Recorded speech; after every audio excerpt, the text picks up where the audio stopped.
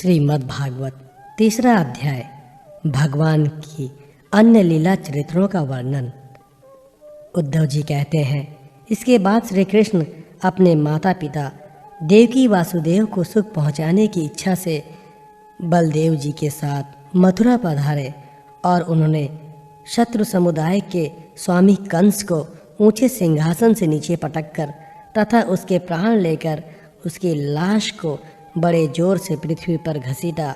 सांदीपनि मुनि के द्वारा एक बार उच्चारण किए हुए संगोपांग वेद का अध्ययन करके दक्षिणा स्वरूप उनके मरे हुए पुत्र को पांजन्य नामक राक्षस के पेट से लाकर दे दिया। भीष्मक नंदिनी रुक्मिणी के सौंदर्य से अथवा रुक्मी के बुलाने से जो शिशुपाल और उसके सहायक वहां आए हुए थे, उनके सिर पर पैर रखकर गांधर्व विधि के द्वारा विवाह करने के लिए अपनी नित्य संगिनी रुक्मिणी को वे वैसे ही हरण कर लाए जैसे गरुड़ अमृत कलश को ले आए थे। स्वयंवर में 7 बिना नथे हुए बैलों को नाथ कर नागनजिति से विवाह किया। इस प्रकार मान भंग हो जाने पर मूर्ख राजाओं ने शस्त्र उठाकर राजकुमारी को छीनना चाहा। तब भगवान श्री कृष्ण ने स्वयं बिना घायल हुए अपने शस्त्रों से उन्हें मार डाला। भगवान विषयी पुरुषों की सी लीला करते हुए अपनी प्राण प्रिया सत्यभामा को प्रसन्न करने की इच्छा से उनके लिए स्वर्ग से कल्प वृक्ष उखाड़ लाए। उस समय इंद्र ने क्रोध से अंधे होकर अपने सैनिकों सहित उन पर आक्रमण कर दिया, क्योंकि वो निश्चय ही अपनी स्त्रियों का कीड़ा मृग बना हुआ था। अपने विशाल डील डौल से आकाश को भी ढक देने वाले अपने पुत्र सौमासुर को भगवान के हाथ से मरा हुआ देखकर पृथ्वी ने जब उनसे प्रार्थना की, तब उन्होंने सौमासुर के पुत्र भगदत्त को उसका बचा हुआ राज्य देकर उसके अंतःपुर में प्रवेश किया। वहाँ सौमासुर द्वारा हार कर लाई हुई बहुत सी राज्य कन्याएं थी। वे दीन बंधु श्री कृष्ण को देखते ही खड़ी हो गई और सबने महान हर्ष, लज्जा एवं प्रेम पूर्वक चितवन से तत्काल ही भगवान को पति रूप में वर्ण कर लिया। तब भगवान ने अपनी निशक्ति योग माया से उन ललनाओं के अनुरूप उतने ही रूप धारण कर उन सब का अलग अलग महलों में एक मुहूर्त में विधिवत पाणी ग्रहण किया। अपनी लीला का विस्तार करने के लिए उन्होंने उनमें से प्रत्येक के गर्भ से सभी गुणों में अपने ही समान 10-10 पुत्र उत्पन्न किए। जब काल, यमन, जरासंध और शालो आदि ने अपनी सेनाओं से मथुरा और द्वारकापुरी को घेरा था, तब भगवान ने निज जनों को अपनी अलौकिक शक्ति देकर उन्हें स्वयं परवाया था। शंबर, दिव्यविद, बाणासुर, मुर, बल्लव तथा दंतवक्त्र आदि अन्य योद्धाओं में से भी किसी को उन्होंने स्वयं मारा था और किसी को दूसरों से मरवाया था। इसके बाद उन्होंने आपके भाई धृतराष्ट्र और पांडु के पुत्रों का पक्ष लेकर आए हुए राजाओं का भी संहार किया, जिनके सेना सहित कुरुक्षेत्र में पहुंचने पर पृथ्वी डगमगाने लगी थी। कर्ण, दुशासन और शकुनी की खोटी सलाह से जिसकी आयु और श्री दोनों नष्ट हो चुकी थी, तथा भीमसेन की गदा से जिसकी जांघ टूट चुकी थी, उस दुर्योधन को उनके साथियों के सहित पृथ्वी पर खड़ा देखकर भी उन्हें प्रसन्नता न हुई।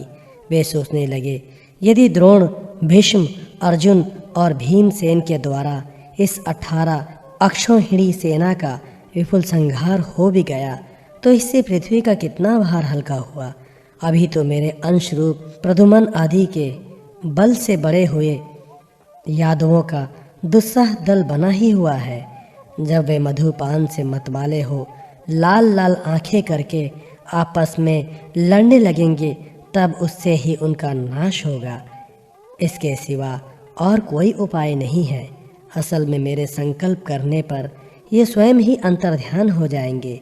यूँ सोचकर भगवान ने युधिष्ठिर को अपनी पैतृक राजगद्दी पर बिठाया और अपने सभी सगे संबंधियों को सत्पुरुषों का मार्ग दिखाकर आनंदित किया।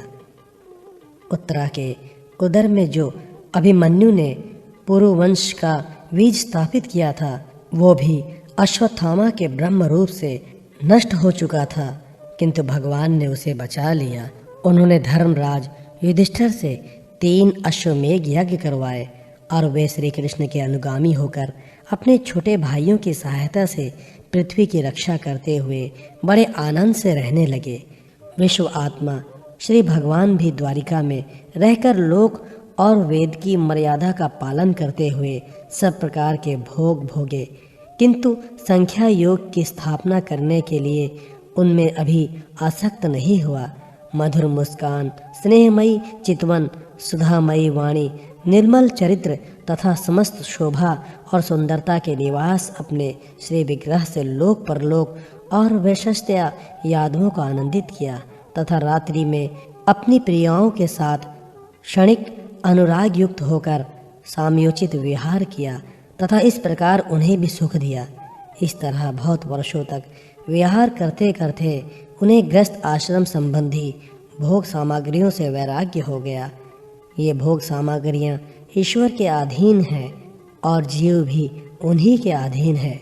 जब योगेश्वर भगवान श्री कृष्ण को ही उनसे वैराग्य हो गया, तब भक्ति योग के द्वारा उनका अनुगमन करने वाला भक्त उन पर विश्वास कैसे करेगा। एक बार द्वारिकापुरी में खेलते हुए यदुवंशी और भोजवंशी बालकों ने खेल खेल में कुछ मुनीश्वरों को चढ़ा दिया।